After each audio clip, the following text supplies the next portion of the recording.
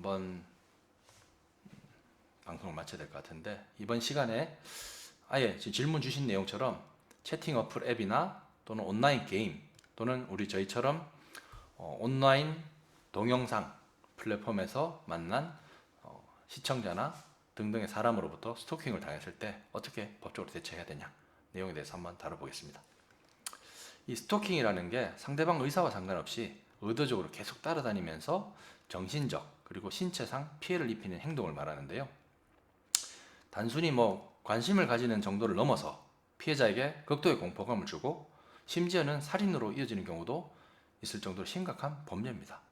최근에는 헤어진 전 여자친구를 스토킹하다가 살해한 사건도 실제로 발생했고, 심지어는 BJ를 제주도에서 살해한 사건들도 있었던 걸로 기사가 나왔었죠. 그리고 5년간 짝사랑하던 선생님이 결혼한다는 소식을 들은 제자가 선생님을 찾아가서 살해한 사건들도 있었습니다. 이렇게 이제 스토킹 범죄가 사회적 문제로 대두된 지 꽤 오랜 시간 흘렀고, 과거에는 이런 경범죄로 취급돼서 간접적으로 처벌되어 왔는데, 스토킹 범죄를 직접 처벌할 수 있는 법이 필요하다라고 필요성이 제기돼서 국회에서 법안이 발의가 됐습니다. 스토킹 범죄.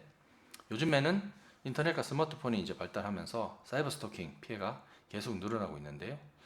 오늘 사례처럼 채팅 어플, 앱을 통해서 만나 알게 된 사람이 직접적으로 만나자, 또 성관계를 집요하게 요구한다든지, 또는 온라인 게임이나 채팅 도중에 시비가 붙은 사람에게 정신적으로 신체적인 협박을 가하는 사례 같은 것들이 많습니다. 어플이나 게임 또는 저희처럼 이제 인터넷 동영상 같은 경우는 아이디를 알면은 차단하면서 피해를 막을 수 있지만은, 예를 들어서 좀 친분이 쌓여서 전화번호나 또는 그 이상의 신상 정보를 알고 있으면은 정보를 이용해서 허위 사실을 인터넷에 유포하는 등의 피해가 발생할 수 있다는 거죠. 또 이를 빌미로 해서 원하는 것, 다른 부정한 것들을 요구할 수도 있고요. 요구에 응하면은 성범죄나 또는 폭력 범죄를 일으킬 가능성이 크고, 요구를 피하면은 이제 협박, 스토킹을 통해서 계속 피해를 입을 수 있다는 거죠.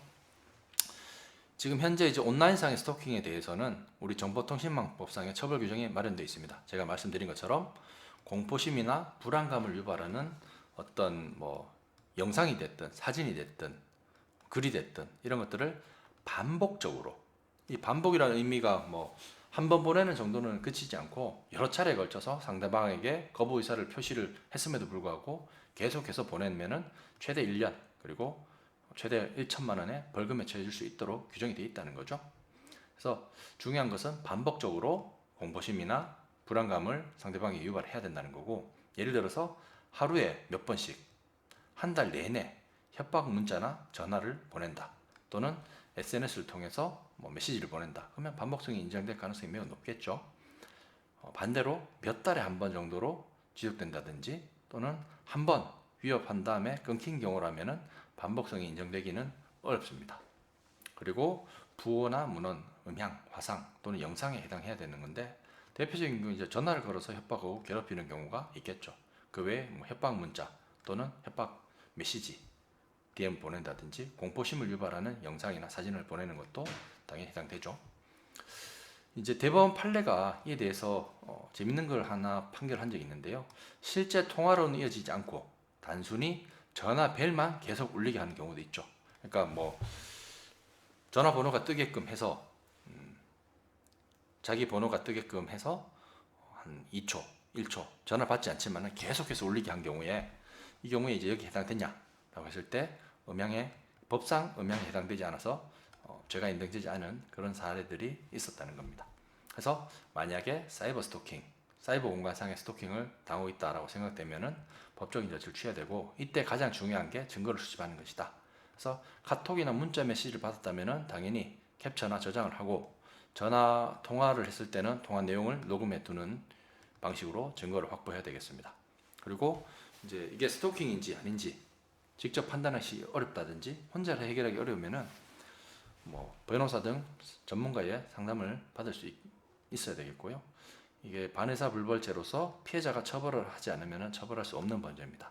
그래서 형사 고소 후에 가해자랑 합의를 통해서 고소를 취하하면서 더 이상 이런 일을 재발하지 않겠다는 등 내용을 넣어서 합의를 하는 것도 한 가지 방법일 수 있겠습니다.